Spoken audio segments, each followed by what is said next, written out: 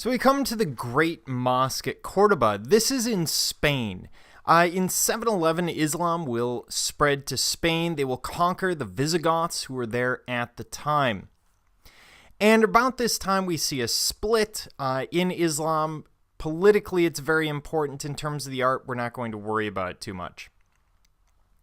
And what we see in Spain is that Christians and Jews are able to continue to practice as long as they paid their taxes to Muslim leadership.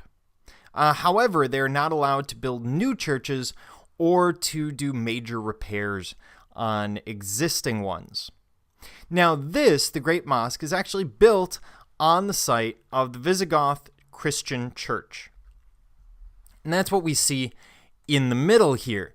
As I bring up my pen, here's the original church in the center, and then that will be used to build a mosque around it. Unlike the Hagia Sophia, where they simply converted it, the church is too small for use as a mosque because you have larger populations coming to the mosque than you had coming to the church.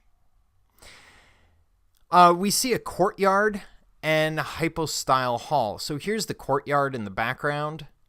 Courtyards are very common in mosques, just like in early churches. As we move inside, we see a couple of interesting things. On the left, you will see these very famous horseshoe arches, and these horseshoe arches are very interesting. They exist for a specific reason. They actually raise the roof on the structure. So in doing so, we see the lower arch is the original arch, but that couldn't hold such a high roof, so they had to add a second arch above it. They couldn't take out the first one, or the pillars will have too much force, too much potential lateral force passing through them, so they needed to leave them there. That interesting bit of engineering leads to this very unique structure with these double horseshoes. We see the red and white decoration. Now we've seen that at that stripe decoration at the Dome of the Rock, and we're seeing it repeated here. It's going to be very common. And then we move to the Mihrab, which we see on the left. And the Mihrab is where the Caliph would lead prayer. And this is going to be aggrandized. It's going to be built up. Just like in a Christian church, the area around the sanctuary is built up, usually with extra decorative painting, different materials, etc. We're simply seeing the same thing here. And here we see a little bit closer view of the Mihrab with the dome over the top of it.